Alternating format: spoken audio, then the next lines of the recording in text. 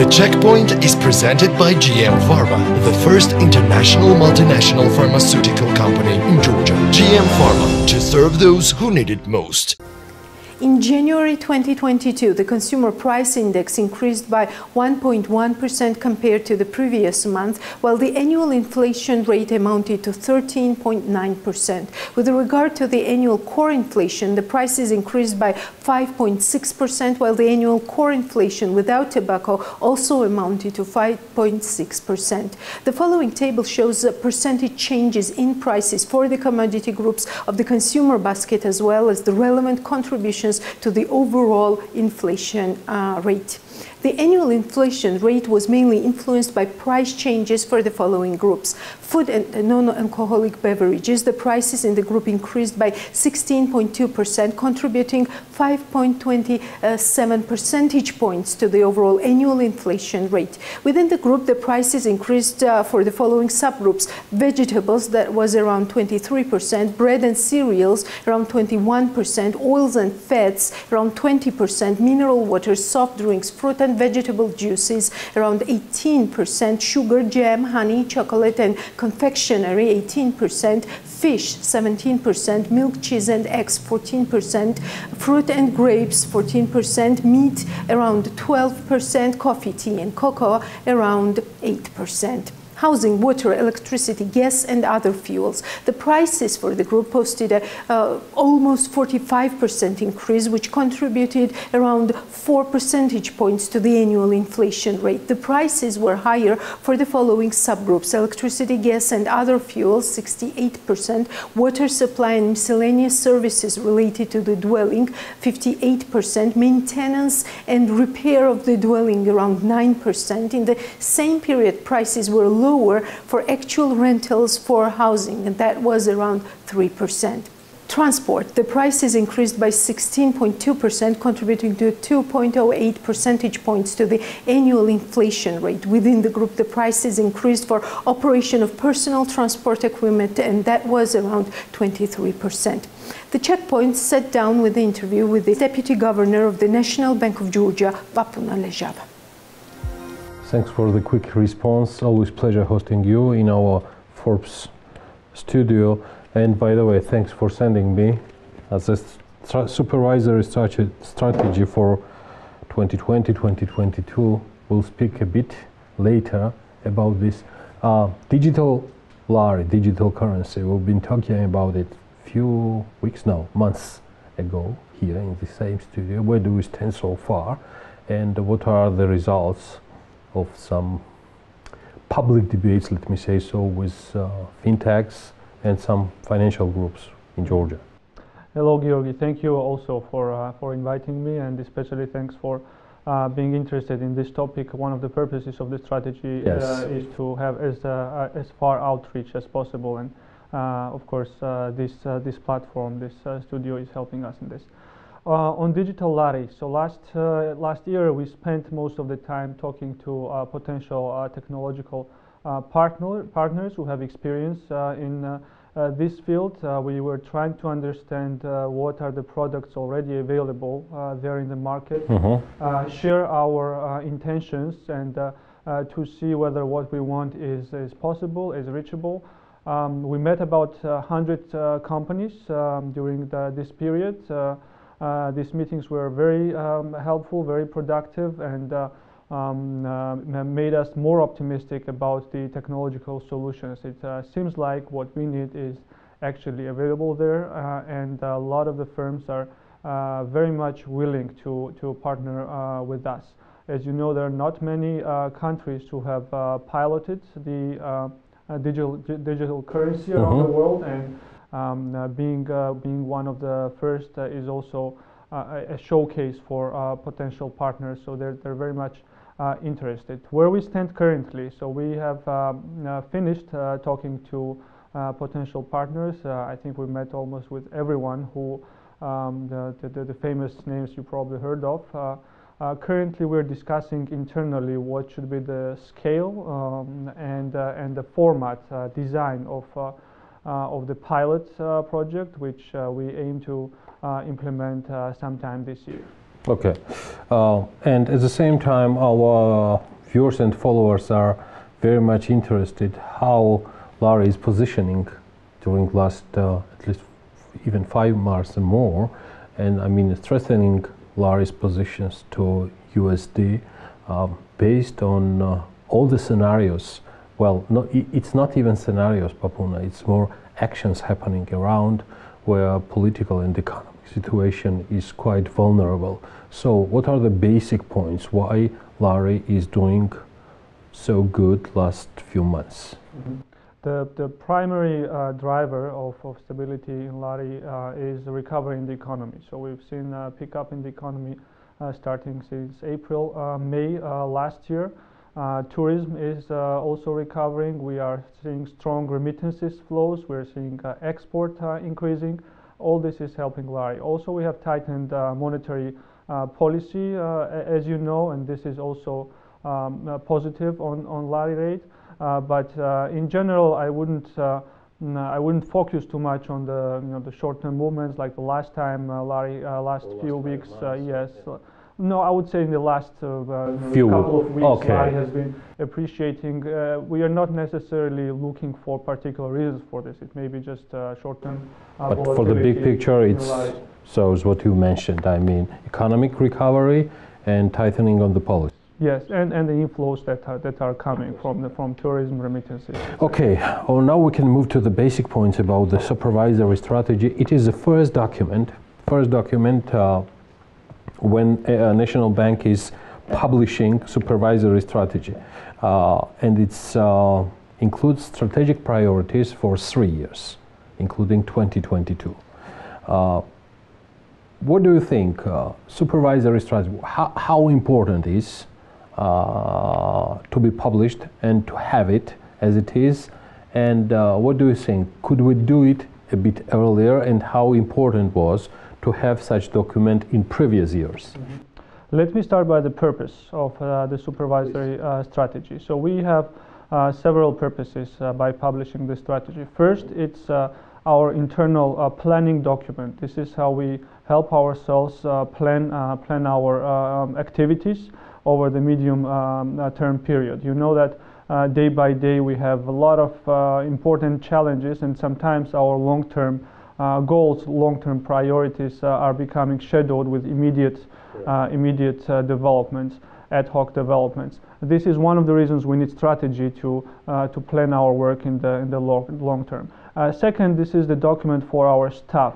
Our staff should be able to see what purpose they are serving. So in every activity they're implementing at job, they should be able to see the link to our strategic priorities. So on their day-to-day job, they should be able to see what goals of the National Bank of Georgia they're serving. Third, this is a document for financial sector, for them to plan their activities, to know a regulatory environment, and to know what to expect. And finally, this is the document, it's the communication document with experts, with people who are interested in the field, academics, IFIs, media, etc. This is how we communicate with all the stakeholders. Papuna, while we move to some previous years, you're pointing 5 basic directions within the documents. I'm talking about supervisory priorities. It's strengthening of culture, encouraging leadership and initiatives, also the cooperation with stakeholders, facilitation of stable functioning of the financial sector itself, approximation to international standards, developments of the ecosystem for sustainable financial technologies. These 5. At the same time, we can see in the statement of the governor that he's pointing that it puts particular emphasis on the key objectives and changes to the supervisory priorities planned for the next 12-18 months. Does this mean that you meant here because the published date was within the 2020? Am I right in this? Yes, that is correct. At the point that statement was made, we had about a year and a half towards the end of the strategic document horizon, which ends at the end of this year. And starting in 2023, we are planning to publish new strategy with new goals and new priorities. Let me move to my previous question. Do you think it was crucially important to have such a public document in previous years? It is helpful. It's not something that all central banks have, but we found it helpful to have these documents because of the reasons I described in the beginning. So it's definitely helpful. In your interview to our TV show Business Morning, you mentioned that all the next documents gonna be not just public as it is so far and already reachable for whoever needs, but it's also going to be in detail discussed with economic experts, analysts, and also representatives of the financial sector itself. But the first document itself was done exclusively by NBG team. It's true. This is our internal product. The first strategic document was produced internally at the National Bank of Georgia. We didn't have a lot of consultation during the establishment of our priorities and the goals. We want for the next strategy to be more involving of the private sector, of the experts in the field, and have more consultations throughout 2022 during this year before establishing our priorities. Of course, at the end of the day, we are responsible for our decisions and our goals, but we want the input to come from the private sector and from the experts. And we will also have another supervisory strategy for the next 3 years, less or more. What do you think? Yes, plan is to have the 3-year strategy, and it will be a rolling strategy. Every 3 years we will publish the new strategy document. So yes. Personally, for you, key findings, what are the most reasonable for consumers and for the representatives of the Georgian financial market from this strategy? Yes, so the supervisory function of National Bank of Georgia, it's quite complicated to an average person to understand. It's sometimes difficult to understand what purpose is the National Bank serving, because financial stability is not something that we can touch. It's an abstract definition, and it's difficult to understand. We only know it when we have risks materialize and we have financial crisis. So our mandate coming from the law is to maintain financial stability in the system, and the whole strategic document is built on this core mandate. Though we also think of development, we think of advancing the financial sector, advancing the technologies, and I think for a regular person, this is the fifth priority to promote fintech. It's something that can be really seen, really touched. There are several examples like open banking, the digital bank. These are some things that regular people, the consumers of the financial product, can see.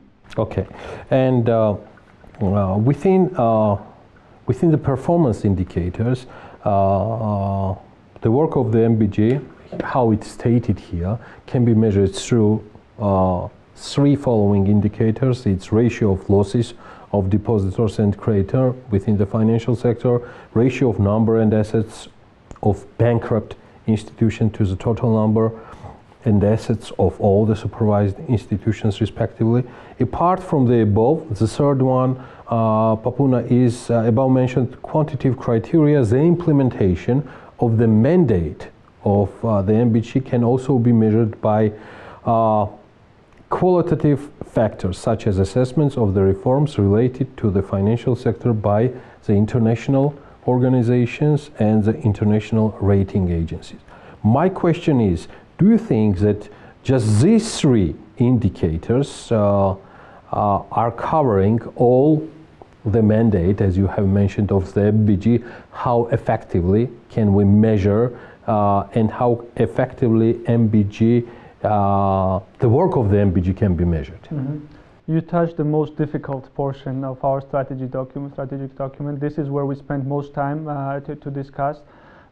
We wish we would be able to define the progress in our work more in numbers. But unlike some of the private sector companies, we cannot define our work based on profitability, growth, and other measurable factors.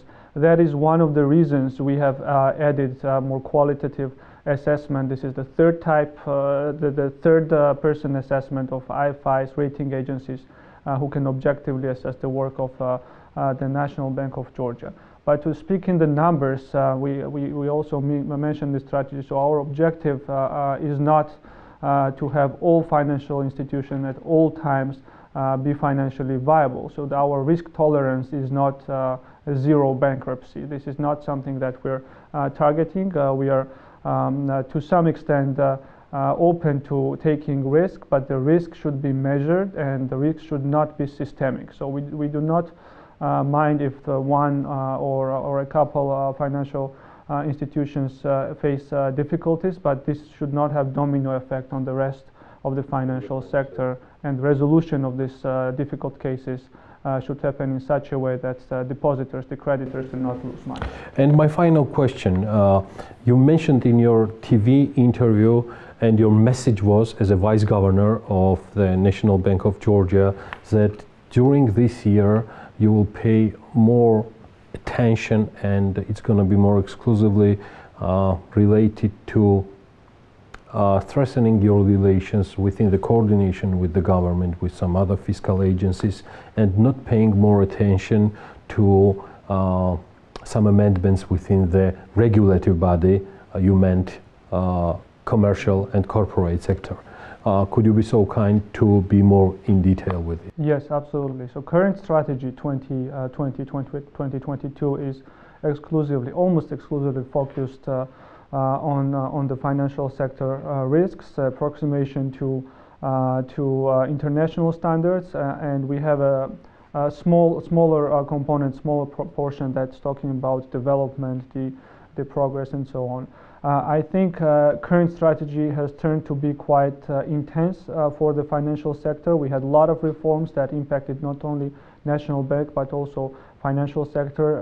The market participants had to spend a lot of effort on the new developments, including open banking, transition to IFRS, the new reporting standards. These are some quite labor-intensive works that have been implemented. I think for the next 3 years we can have the sector digest these reforms and be lighter on the reforms that impact directly the financial sector, but we can focus more on the development, the international trends in the banking, the growth, where Georgia can position itself on the map of the financial sector regionally or even globally. And in this work, what we have realized over the past couple of years is that it is important that we coordinate a lot with our partner agencies, the governmental agencies across the country, including the digital lari you mentioned. This is not something that National Bank